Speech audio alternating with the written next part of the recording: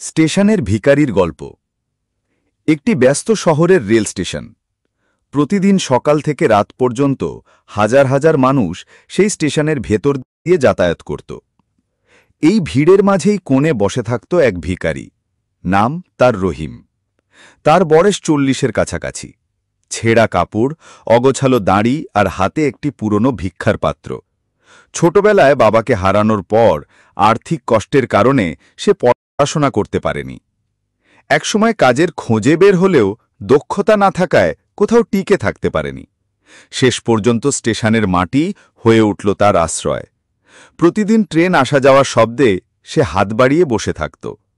কেউ তাকে 2 টাকা দিত, কেউ আবার কিছু না বলে পাশ কাটিয়ে চলে যেত। কিন্তু রহিমের চোখে সবসময় এক ধরনের লজ্জা আর হতাশা লেগে থাকত। সে বুঝত, ভিক্ষা করে খাওয়া জীবনের প্রকৃত সমাধান নয়, কিন্তু আর কোনো পথও খুঁজে পাচ্ছিল না। একদিন সকালে এক কিশোর নাম রাহুল ট্রেনে চেপে স্কুলে যাচ্ছিল। রাহুল রহিমকে দেখে থমকে দাঁড়াল। সে তার মাকে প্রায়ই বলতে শুনেছে, অলসতা আর অশিক্ষা মানুষকে গরিব নয়, ভিখারি বানায়। রাহুল সাহস করে রহিমের কাছে গিয়ে বলল, চাচা, আপনি সারাদিন এখানে বসে থাকেন কেন? আপনি কি কোনো কাজ করতে পারেন না? রহিম দীর্ঘশ্বাস ফেলে উত্তর দিল, বাবা, আমি কোনো কাজ জানি না। ছোটবেলায় পড়াশোনা করিনি, কাজ শেখার সুযোগও হয়নি, তাই আজ ভিক্ষা ছাড়া আর কোনো উপায় নেই। রাহুল কিছুক্ষণ চুপ করে থাকল। তারপর নিজের ব্যাগ থেকে টিফিন বের করে তাকে দিল। রহিম অবাক হয়ে তাকালো।